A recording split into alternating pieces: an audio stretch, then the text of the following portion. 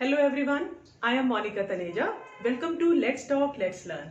If you are watching my video for the first time, let me tell you that I post videos on science content for classes 6 to 10.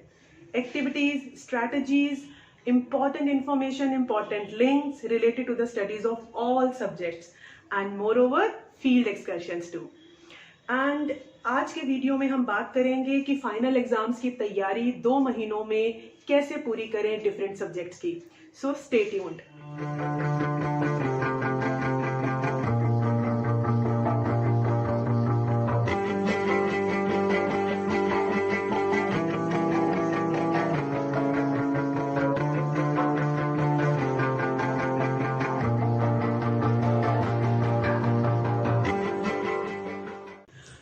In strategies में सबसे पहला step है division of time. Division of time से मतलब है कि हमने 2 months का टाइम डिसाइड किया है, इट मीन 60 डेज. तो सबसे पहले 60 डेज में से 10 डेज आप माइनस कर दीजिए. So we are left with 50 days for the preparation और for the reading of all the subjects, all the chapters. इन 50 डेज को हम कैसे डिवाइड करेंगे and for this 10 days I will tell you later कि हमें इन 10 दिनों में क्या करना है, हमने इन्हें माइनस क्यों किया है, और 50 डेज को डिफरेंट सब्जेक्ट्स में कैसे स्प्रेड करेंगे. उसके लिए है next step, that is combination of subjects बनाइए. अब कॉम्बिनेशन आपने कैसे करना है, आपने अनरिलेटेड सब्जेक्ट्स को, हमारे पास 6 सब्जेक्ट्स होते हैं मेनली, जिसमें से 5 हमारे मेन सब्जेक्ट्स हैं, एक एडिशनल या सप्लीमेंट्री सब्जेक्ट होता है, कि किसी के पास फिजिकल एजुकेशन है या संस्कृत है, होम साइंस है या आईटी है. सो ये कुछ ऐसे सब्जेक्ट्स हैं जो हमें लाइटर फील होती है या जहां पर प्रैक्टिकल वेटेज ज्यादा होती है, 50-50% की रेशो में रहता है. सो वहां हमें एक थॉरो स्टडी, थ्योरेटिकल स्टडी पर थोड़ा सा कम डेज में भी हमारा काम चल जाता है. सो हमने क्या करना है, ये 5 मेन सब्जेक्ट्स और एक एडिशनल सब्जेक्ट, यानी कि आपके पास हो गए 6 सब्जेक्ट. अब 6 सब्जेक्ट्स के आपस में कॉम्बिनेशंस बनाने हैं. सो कॉम्बिनेशन भी आप कैसे बनाएंगे, अनरिलेटेड सब्जेक्ट्स की पेयरिंग करेंगे. साइंस के साथ आप इंग्लिश की पेयरिंग कर सकते हैं, कुछ इस तरह का आप फर्स्ट ग्रुप बना सकते हैं. साइंस ले सकते हैं या फिजिक्स है, केमिस्ट्री है, बायो है. सेकेंड आपका ग्रुप भी इसी तरह से एसएसटी और रिलेटेड सब्जेक्ट्स हिस्ट्री है, पोल साइंस है या ज्योग्राफी है, उसके साथ आप हिंदी ले सकते हैं, या उसके साथ आप कोई अकाउंट्स टाइप का सब्जेक्ट ले सकते हैं. तो ये डिपेंड करेगा कि आपकी स्ट्रीम क्या है. एंड थर्ड जो कॉम्बिनेशन है, यहां आप इस एडिशनल सब्जेक्ट के साथ वो सब्जेक्ट लीजिए जो आपको सबसे ज्यादा डिफिकल्ट लगता है या जिसमें आपको लगता है कि आपकी ग्रैस्पिंग थोड़ी स्लो है, यहां आपको टाइम ज्यादा देने की जरूरत है.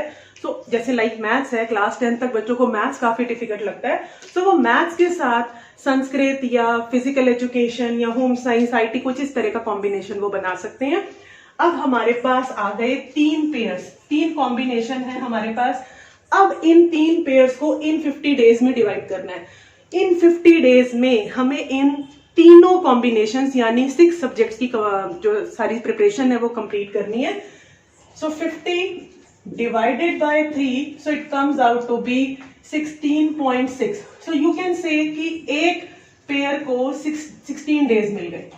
Every pair equal to 16 days. तो इन 16 डेज में आपको 2 सब्जेक्ट, फर्स्ट जो 16 डेज हैं वो आप एक पेयर को डिवोट करेंगे.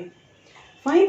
अब on an average her subject के यूजुअली 15-16 चैप्टर्स होते हैं, किसी में 10 है, किसी में 12 हैं. तो हम एक एवरेज लेके चलते हैं कि 15 to 16 चैप्टर्स हैं. सो अकॉर्डिंग टू दैट हर चैप्टर को आपका 1 दिन मिला. Every chapter will be completed in 1 day. इस तरह के टारगेट आपने देने हैं और वो 1 डे भी आपका 2 सब्जेक्ट्स में डिवाइडेड है. सो फर्स्ट हाफ आपका, जैसे आप साइंस को दे सकते हैं, और second half of the day आप इंग्लिश की स्टडी कर सकते हैं. अब आपने फर्स्ट चैप्टर आप अपना डे स्टार्ट करते हैं सारे रूटीन वर्क के बाद 9 o'clock. सो 9 to 1 एक 4 आवर्स का आपने स्पैन लेकर के चलना है कि इसमें मुझे साइंस का एक चैप्टर कंप्लीट करना है. उसके बाद आप 1 to 3 में ब्रेक लेंगे, जिसमें आपका power nap, lunch and watching TV for few minutes के लिए आप देख सकते हैं. वो चीज लेकर के एंड फिर 3 o'clock के बाद आप 7 o'clock तक इंग्लिश की स्टडी करेंगे. उसमें आप एक चैप्टर, एक पोएम, राइटिंग स्किल या ग्रामर के साथ कॉम्बिनेशन बना सकते हैं.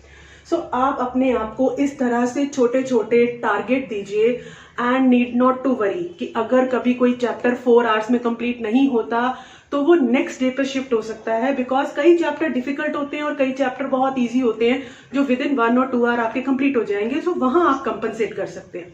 सो इस तरह से टाइम को डिवाइड करना है एंड सब्जेक्ट के कॉम्बिनेशंस बनाने हैं। So our next step is stick to NCERT. आपने सारे चैप्टर्स की थॉरो रीडिंग देनी है एनसीईआरटी से, बिकॉज आपके सीबीएसई के question papers marking scheme purely NCERT पर बेस्ड होती है। बहुत बार स्टूडेंट्स को लगता है कि क्वेश्चंस आउट ऑफ सिलेबस थे, बट आप पुराने सालों के क्वेश्चन पेपर और मार्किंग स्कीम उठा करके देखिए, उसमें आपको ईच एंड एवरी लाइन का आंसर और क्वेश्चन बना हुआ एनसीईआरटी में मिल जाएगा। हर लाइन इंपॉर्टेंट है एनसीईआरटी की।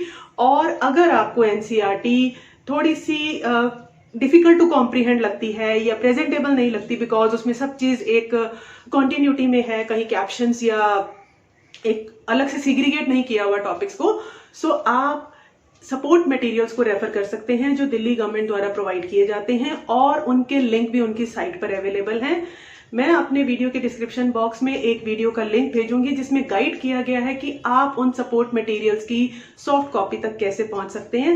सारे सब्जेक्ट के क्लास 10 एंड 12 के बहुत सारे सब्जेक्ट्स, ऑलमोस्ट ऑल सब्जेक्ट के सपोर्ट मटेरियल वहां आपको अवेलेबल हो जाएंगे। वो एक्सीलेंट स्टडी मटेरियल है, बिकॉज एनसीईआरटी पर ही बेस्ड है और उन्हें काफी कंसाइज और शॉर्ट में कैप्शन वाइज टॉपिक वाइज अलग अलग से सिग्रीगेट करके उन टॉपिक्स को समझाया गया है। तो आपका 10 पेज का चैप्टर उसमें 4-5 पेजेस में कंप्लीट हो जाता है। सो कंसाइज स्टडी के लिए एज अ नोट्स वो बहुत अच्छा स्टडी मटेरियल है। So you must refer to that thing. And NCERT में हाईलाइट करते जाएंगे आप इंपॉर्टेंट चीजें, बिकॉज आप पहले भी 7-8 मंथ्स की जो क्लासेस में अपनी स्टडी कर चुके हैं, पढ़ चुके हैं, तो आपका बेस आप खाली नहीं है, ब्लैंक नहीं है, आप उन टॉपिक से ऑलरेडी अवेयर हैं। अब हमें अपने आप को फैलाना नहीं है, इसलिए हम रेफरेंस मटेरियल की तरफ अब नहीं देखेंगे। 2 मंथ्स में हमें अपने आप को समेटना है। So NCERT is the best source, और जो भी एनसीईआरटी पर बेस्ड हो, लाइक मैंने सपोर्ट मटेरियल का आपको यहाँ रेफरेंस दिया है, तो इस तरह के मटेरियल से अपने आप को शॉर्ट सी एक बाउंड्री में आपको कवर करना है।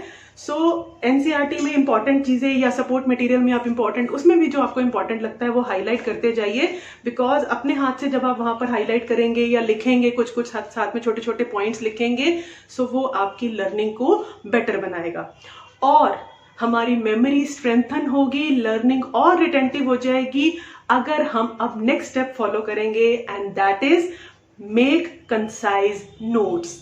अब आपको अपने हाथों से कॉपी में पेन से लिखना है जो आपने एनसीईआरटी में हाईलाइट किया।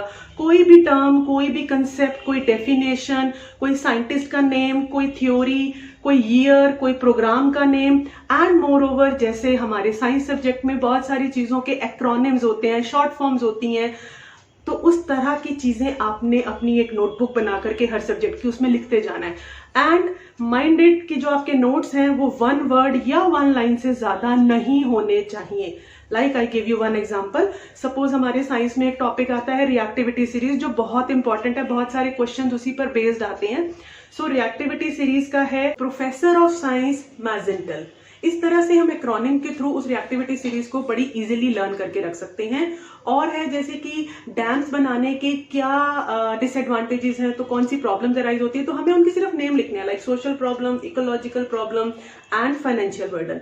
सो ये 3 सिर्फ आप कैप्शन देकर के अपने नोट्स में छोड़ देंगे, बिकॉज जब एग्जाम में इससे रिलेटेड क्वेश्चन आएगा आपका माइंड इन वर्ड्स पर तो आपने इनको मेमोराइज किया हुआ है और बाकी डिटेल के साथ अपने आप कनेक्शन बना लेगा। सो नोट्स बनाना एक बहुत अच्छा मेथड रहता है स्टडी करने का और अपनी लर्निंग को रिटेंटिव रखने का।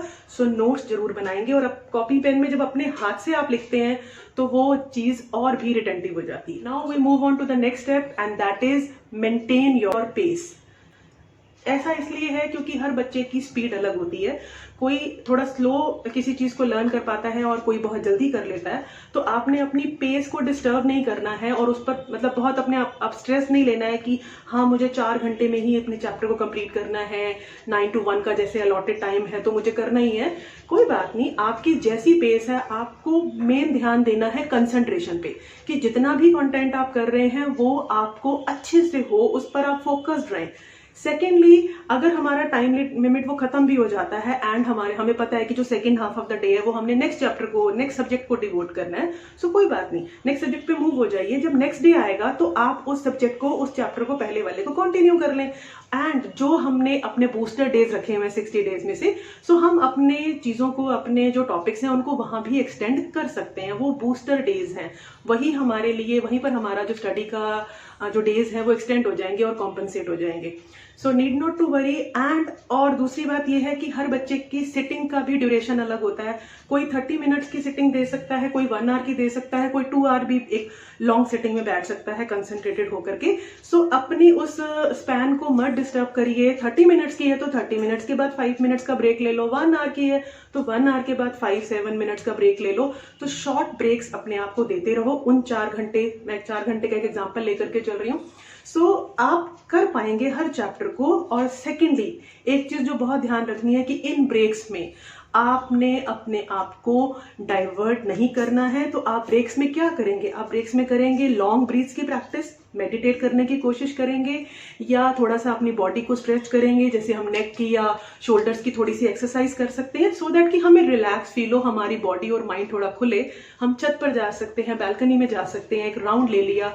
ओपन में जरूर जाइए, बिकॉज आप बहुत देर से अपने आप को एक क्लोज्ड टेरिटरी में रख के बैठे होते हैं, तो थोड़ा सा ओपननेस में आना है। और लॉन्ग ब्रीथ जरूर लेनी है। किसी ब्रेक में लॉन्ग ब्रीथ ले ली, किसी ब्रेक में वॉक कर लिया, किसी ने स्ट्रेच कर लिया। तो इस तरह से अपने स्टडी को कंप्लीट कीजिए। और ये पेस तब भी मेंटेन हो जाएगी और इफेक्टिव भी रहेगी जब आप अपने आप को डिस्ट्रैक्शन से दूर रखेंगे। अब डिस्ट्रैक्शन हमें मेनली किस चीज से होता है? हमारे गैजेट से। So TV and all that ये तो बिल्कुल नहीं देखना है। मोबाइल्स अपने आप से दूर रखिए। बिल्कुल आपने मोबाइल को पढ़ते समय अपने सामने नहीं रखना है। अगर आपके पास सारी चीजें हार्ड कॉपी की फॉर्म में अवेलेबल हैं, बहुत बेस्ट है कि सारी चीज आपके पास प्रिंट फॉर्म में है, तो आपको अपना मोबाइल अपने पास रखना ही नहीं है।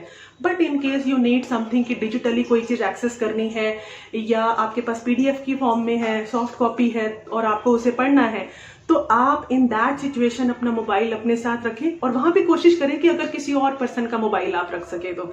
एंड देन वहां भी आपने क्या करना है? अपने सारे नोटिफिकेशंस को ऑफ करके रखना है, ताकि आपका डिस्ट्रैक्शन ना हो। नेट ऑफ रखिए, नोटिफिकेशंस ऑफ रखिए, वाइब्रेशंस ऑफ रखिए, एंड देन यू स्टडी। और तब आप कंसंट्रेट भी कर पाएंगे। And even in long break, जिसकी मैंने बात की थी कि जैसे हमारे पास जो बीच में लंच का टाइम होगा, या जब हम स्लीप और नाइट का डिनर का टाइम रहेगा, तो उस सिचुएशन में भी आपने अगर टीवी देखा है, कोई एंटरटेनमेंट वाली चीज देखी है, तो इंटेंस इमोशंस वाली चीजें आप नहीं देखेंगे। लाइट म्यूजिक, लाइट एंटरटेनमेंट, जिससे आप रिलैक्स फील करें और वो इमोशंस आपके साथ नेक्स्ट सिटिंग में कैरी फॉरवर्ड ना हो। तो इन डिस्ट्रैक्शंस को अपने से दूर रखिए, नेगेटिविटीज को दूर रखिए, और लॉन्ग ब्रीथ लेने से ये इनमें बहुत फर्क पड़ता है। And the last and the most important step is practice sample papers. हमारे पूरे 50 डेज की तैयारी कम पड़ जाएगी अगर हमने ये जो 10 डेज जो हमने अलॉट किए थे वो इन्हीं सैंपल पेपर की प्रैक्टिस के लिए हैं, लास्ट ईयर क्वेश्चन पेपर्स की प्रैक्टिस के लिए हैं।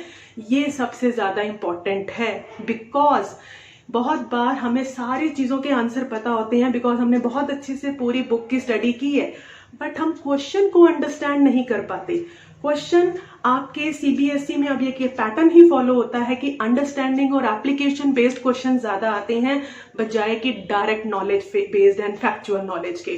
सो वो अंडरस्टैंडिंग और एप्लीकेशन बनाने के लिए क्वेश्चंस को टिल्टेड करके दिया जाता है, थोड़ा घुमा के दिया जाता है, आंसर वही होता है। सो क्वेश्चंस को समझना बहुत बहुत जरूरी है। इसके लिए जैसे 10 डेज हमने अलॉट किए, तो 5 मेन सब्जेक्ट्स के आप 2-2 दिन दे दीजिए एक सब्जेक्ट को। 2 दिन में आप हर डे जो है वो 2 सैंपल पेपर की प्रैक्टिस करिए, वही first half and second half. 3 घंटे की एक लॉन्ग सिटिंग में बैठ करके लिखना, प्रॉपरली हर क्वेश्चन को अटेम्प्ट करना जैसे कि आप पेपर दे रहे हो, उसी तरह की प्रैक्टिस बहुत जरूरी है। बिकॉज बोर्ड में आपको 3 से भी ज्यादा घंटे बैठना है, because you have to do the paper work and all that. आप आधा घंटा पहले ही उसमें सेटिंग स्टार्ट हो जाती है। सो घर में 3 घंटे में वो पेपर कंप्लीट करने की कोशिश करेंगे, सो दैट कि आपको पता चले कि हाँ मैं कितनी देर में कर पाता हूँ, मेरे लिए पेपर लेंदी रहता है या मेरा छूटेगा तो नहीं। सो इन सब वीकनेसेस और स्ट्रेंथ का आपको पता चलेगा। मोर ओवर कोशिश करिए कि 2 सैम्पल पेपर आप सॉल्व्ड वाले करिए, सो दैट कि आप उनकी सेल्फ चेकिंग कर पाए, और 2 सैंपल पेपर हर सब्जेक्ट के अनसॉल्व्ड वाले करिए, जिन्हें आप अपने किसी मेंटोर से या आपके पास अगर कोई रिसोर्सेज हैं जो आपके पेपर चेक कर सकें, उनसे आप चेक करवाइए और अपनी मिस्टेक्स पर ध्यान दीजिए और अपनी मिस्टेक से लर्न करिए कि हमें आंसर्स को कैसे प्रेजेंट करना होता है। सो एंड मोर ओवर, जो मैंने आपको डिस्क्रिप्शन बॉक्स में वीडियो का लिंक दूंगी, उसमें ना केवल सपोर्ट मटेरियल बल्कि क्वेश्चन बैंक और सैंपल पेपर्स के भी लिंक हैं, सो वहां से आपको बहुत हेल्प मिलेगी। Do watch that video. So in the end, ये सारे स्टेप्स अगर आप अच्छे से फॉलो करते हैं, so definitely you will be able to score much much better. बिल्कुल आप 100 के नियर पहुंच जाएंगे अगर आप इन स्टेप्स को ऑनेस्टली फॉलो करते हैं तो। And moreover, as I teach science, तो अपने आने वाले वीडियोज में मैं क्लास 10 के साइंस का क्वेश्चन पेपर का ब्लूप्रिंट, चैप्टर्स के इंपॉर्टेंट क्वेश्चंस, इन सब चीज़ों के रिलेटेड वीडियोस पोस्ट करूंगी। So do subscribe my channel and don't forget to press the bell icon, so that कि आपको उनके नोटिफिकेशंस मिलते रहे। एंड इसी तरह के वीडियोस के साथ जो आपके लिए बेनिफिशियल रहेंगे, इंपॉर्टेंट रहेंगे, मैं आपको मिलती रहूंगी। And goodbye, good luck, bye bye.